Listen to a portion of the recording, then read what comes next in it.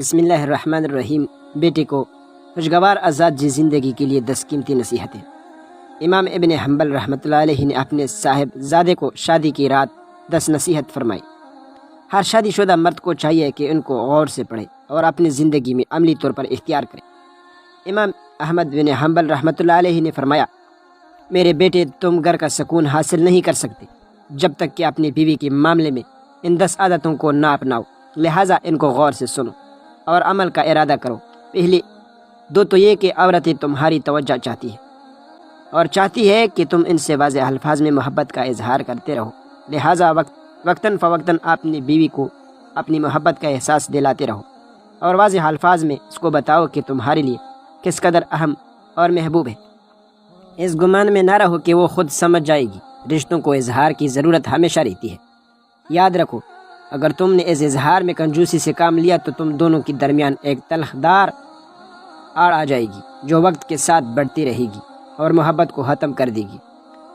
3، عورتوں کو سخت مزاج اور ضرورت سے زیادہ محتاط مردوں سے کوفت ہوتی ہے،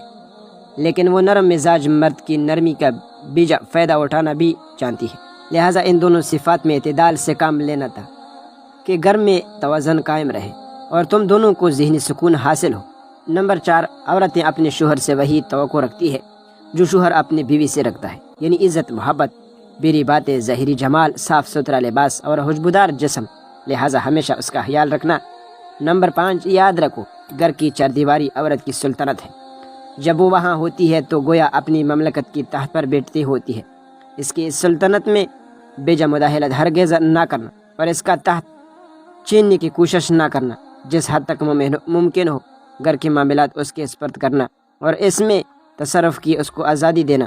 نمبر 6، ہر بیوی اپنے شوہر سے محبت کرنا چاہتی ہے، لیکن یاد رکھو اس کے اپنے ماں باپ، بہن بھائی اور دیگر گھر والے بھی ہیں جن سے وہ لا تعلق نہیں ہو سکتی اور نہ ہی ایسے توقع جائز ہے، لہٰذا کبھی بھی اپنے اور اس کے گھر والوں کے درمیان مقابلے کی صورت میں پیدا نہ ہونے دینا، کیونکہ اگر اس نے مجبوراً تمہاری خاطر اپنے گھر والوں کو چھوڑ بھی دیا تب بھی وہ بے چین رہے گی اور یہ بے چینی بالآخر تم سے اسے دور کر دے گی۔ نمبر 7، بلا شبہ عورت چڑی پسلی سے پیدا کی گئی ہے اور اس میں اس کا حسن بھی ہے، یہ ہرگز کوئی نقص نہیں اور ایسے ہی اچھی لگتی ہے جس طرح بنوی گلائی میں خوبصورت معلوم ہوتی ہے، لہٰذا اس کے چڑی پن سے فائدہ اٹھاؤ اور اس کے اس حسن سے لطف اندوز ہو کر اگر کبھی اس کی کوئی بات ناگوارا بھی لگے تو اس کے ساتھ سختی اور تلخی سے اس کو سیدھا کرنے کی کوشش نہ کرو، ورنہ وہ ٹوٹ جائے گی اور اس کا ٹوٹنا بالآخر طلاق تک نوبت لے جائے گا۔ مگر اس کے ساتھ ساتھ ایسا بھی نہ کرنا کہ اس کے ہر غلط اور بیجا بات مانے ہی چلے جاؤ، ورنہ وہ مغرور ہو جائے گی جو اس کے اپنے ہی لیے نقصان دہ ہے، لہٰذا اعتدال مزاج رہنا اور حکمت سے معاملات کو چلانا۔ نمبر 8، شوہر کی ناقدری اور ناشکری اکثر عورتوں کی فطرت میں ہوتی ہے۔ اگر ساری عمر بھی اس پر نوازشیں کرتے رہو گے لیکن کبھی کوئی کمی رہ گئی تو وہ یہی کہیں گی، تم نے میری کون سی بات سنی ہے آج تک، لہٰذا اس کی اس فطرت سے زیادہ پریشان مت ہونا اور نہ ہی اس کی وجہ سے اسے محبت میں کمی کرنا۔ یہ ایک چھوٹا سا عیب ہے اس کے اندر، لیکن اس کے مقابلے میں اس کے اندر بے شمار خوبیاں بھی ہیں، بس تم ان پر نظر رکھنا، وہ اللہ کی بندی سمجھ کر اس سے محبت کرتے رہنا اور حقوق ادا کرتے رہنا۔ نمبر 9، ہر عورت پر جسمانی کمزوری کی کچھ ایام ہوتی ہے، ان ایام میں اللہ تعالیٰ نے بھی اس کو عبادت میں چھوٹ دی ہے،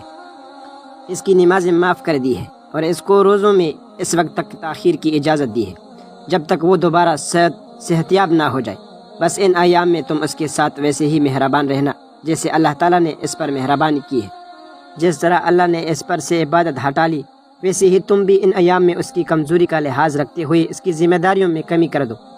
اس کے کام کاج میں مدد کر دو اور اس کے لیے سہولت پیدا کرو۔ نمبر 10، آخر میں بس یہ یاد رکھو کہ تمہاری بیوی تمہارے پاس ایک قیدی ہے جس کے بارے میں اللہ تعالیٰ تم سے سوال کرے گا، بس اس کے ساتھ انتہائی رحم کے ساتھ مل کر زندگی گزارو۔ اللہ ہم سب کا حامی و ناصر ہو۔